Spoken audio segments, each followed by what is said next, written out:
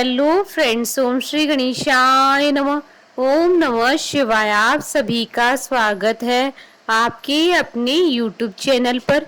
Friends, आज हम आपको इस वीडियो में बताने जा रहे हैं श्रावण मास महात्म की 19वें अध्याय की कथा के बारे में, जिसको सुनने मात्र से ही होगी आपकी सभी मनोकामनाएं शीघ्र ही पूर्ण और मिलेगी सभी कष्टों से मुक्ति।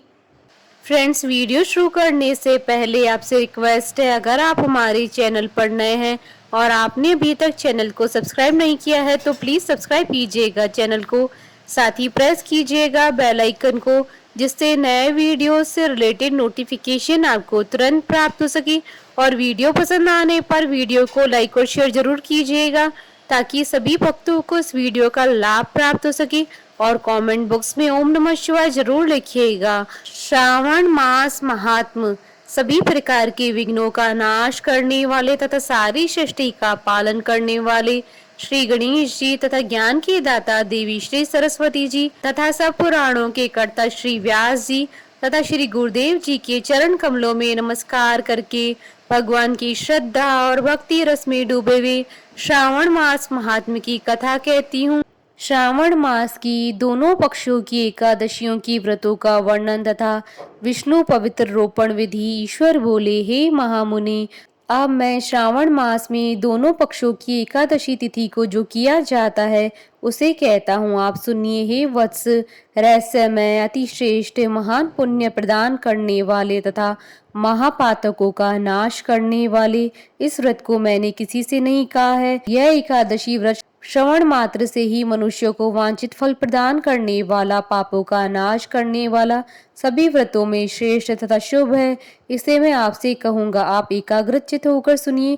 दशमी तिथि में प्रातः काल स्नान करके शुद्ध होकर संध्या आदि कर लें और वेद वेता पुराणज्ञ तथा जितेंद्रिय विप्रों से आज्ञा लेकर 16 उपचारों से देवादिदेव भगवान का विधिवत पूजन करके इस प्रकार प्रार्थना करें। हे पुंडरीकाक्ष, मैं एकादशी को निराहार रहकर दूसरे दिन भोजन करूंगा।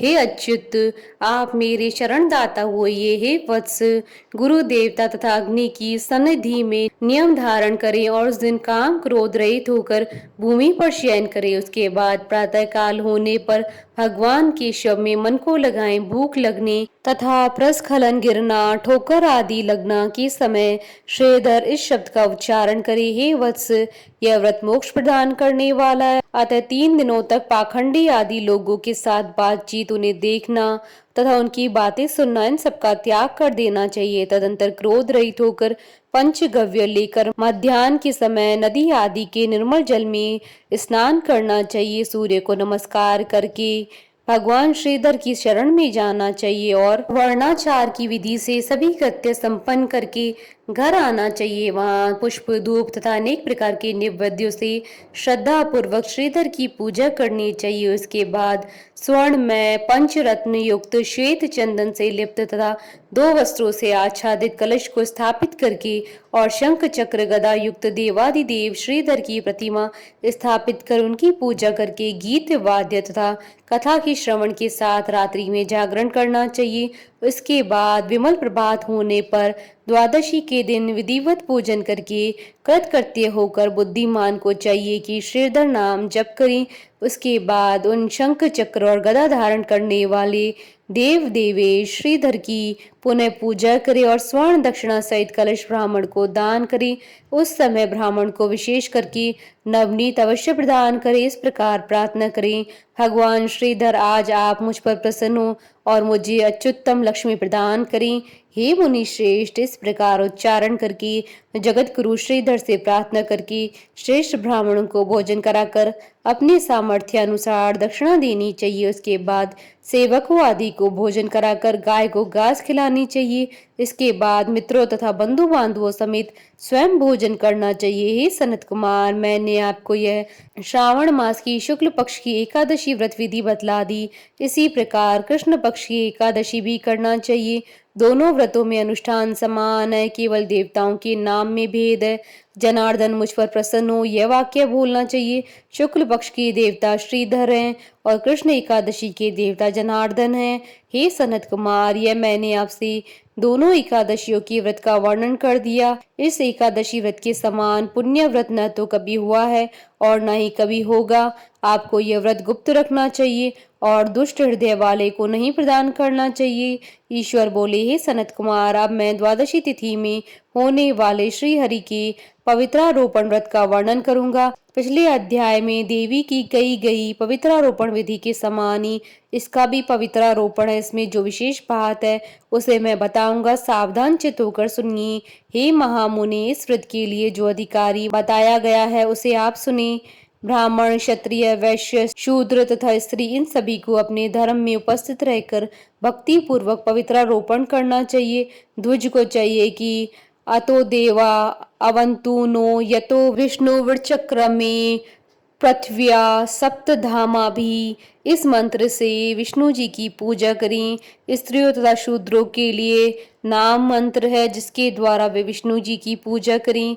इसी प्रकार द्विज कद्रुद्राय, इस मंत्र से शिव जी की पूजा करें। स्त्रियों तथा शूद्रों के लिए नाम मंत्र है जिसके द्वारा वे शिव जी की पूजा करें। सतयुग में मणिमय, त्रेता युग में स्वर्ण में, द्वापर में रेशम का और कलयुग में कपास का सूत्र पवित्रक के लिए बताया गया है। सन्यासियों को शुभ मानस पवित्रारोपण करना चाहिए। बनाए गए पवित्रक को सर्वप्रथम बांस की सुंदर टोकरी में रखकर शुद्ध वस्त्र से ढककर भगवान के सम्मुख रखें और इस प्रकार कहें, हे प्रभु, क्रियालोप के विधान के लिए जो आपने आच्छादन किया है, हे देव, आपकी प्रसन्नता के लिए मैं इसे करता हूँ। हे देव, मेरे इस कार्य में विघ्न न उत्पन्न हो। हे नाथ, मुझ पर दया कीजिए। हे देव, सब प्रकार से सर्वदा आप मेरी परम गति हैं। हे जगतपते, मैं इस पवित्रक से आपको प्रसन्न करता हूँ। ये काम क्रोध आदि मेरे व्रत का नाश करने वाले न हो। हे देवेश, आप आज से लेकर वर्ष पर्यंत अपने भक्ति की रक्षा करें। आपको नमस्कार है। इस प्रकार कलश में देवता की प्रार्थना करके मांस के शुभ पात्र में स्थित पवित्रक की आदर पूर्वक प्रार्थना करनी चाहिए। हे पवित्रक, वर्ष भर की गई पूजा की पवित्रता के लिए विष्णु लोक से आप इस समय यहाँ पधारें। आपको नमस्कार है। हे देव, मैं विष्णु के तेज से उत्पन्न मनोहर सभी पापों का नाश करने वाले तथा सभी कामनाओं को पूर्ण करने वाले इस पवित्रक को आपके अंग में धारण करता हूँ। हे देवेश, हे पुराण पुरुषोत्तम, आप मेरे द्वारा आमंत्रित हैं, अतः आप मेरे समीप पधारें। मैं आपका पूजन करूंगा। आपको नमस्कार है। मैं प्रातःकाल आपको यह पवित्रक निवेदन करूंगा। उसके बाद पुष्पांजलि देकर रात्रि में जागरण करना चाहिए। एकादशी के दिन अधिवासन करें और द्वादशी के दिन प्रातःकाल पूजन करें। पुनः हाथ में गंध, दूर्वा तथा अक्षत के साथ पवित्रक लेकर ऐसा कहें, हे देव देव, आपको नमस्कार है। वर्ष पर्यंत की गई पूजा का फल देने वाले इस पवित्रक को पवित्रीकरण हेतु आप ग्रहण कीजिए। मैंने जो भी दुष्कृत्य किया है उसके लिए आप मुझे आज पवित्र कीजिए। हे देव, हे सुरेश्वर, आपके अनुग्रह से मैं शुद्ध हो जाऊं। इस प्रकार मूल मंत्र से संपुटित इन मंत्रों के द्वारा पवित्रक अर्पण करें। उसके बाद महानैवेद्य अर्पित करके निराजन कर प्रार्थना करें और मूल मंत्र से घृत सहित खीर का अग्नि में हवन करें। इसके बाद इसी मंत्र से पवित्रक का विसर्जन करके इस प्रकार बोले, हे पवित्रक, वर्ष भर की गई मेरी शुभ पूजा को पूर्ण करके अब आप विसर्जित होकर विष्णु लोक को प्रस्थान करें। उसके बाद पवित्र को उतार कर ब्राह्मण को प्रदान कर दे अथवा जल में विसर्जित कर दे। हे वत्स, मैंने आपसे श्री हरि के इस पवित्रारोपण का वर्णन कर दिया। इसे करने वाला इस लोक में सुख भोग कर अंत में वैकुंठ को प्राप्त करता है। इस प्रकार श्री स्कंद पुराण के अंतर्गत ईश्वर सनत कुमार संवाद में श्रावण मास महात्म्य में उभय एकादशी व्रत कथन और द्वादशी में विष्णु पवित्रारोपण कथन नामक 19वां अध्याय पूर्ण हुआ। बोलिए भगवान शंकर, माता पार्वती जी की जय, भगवान विष्णु जी की जय, सनातन धर्म की जय। हमारे साथ इस वीडियो में अंत तक बने रहने के लिए आपका धन्यवाद। ओम श्री गणेशाय नमः।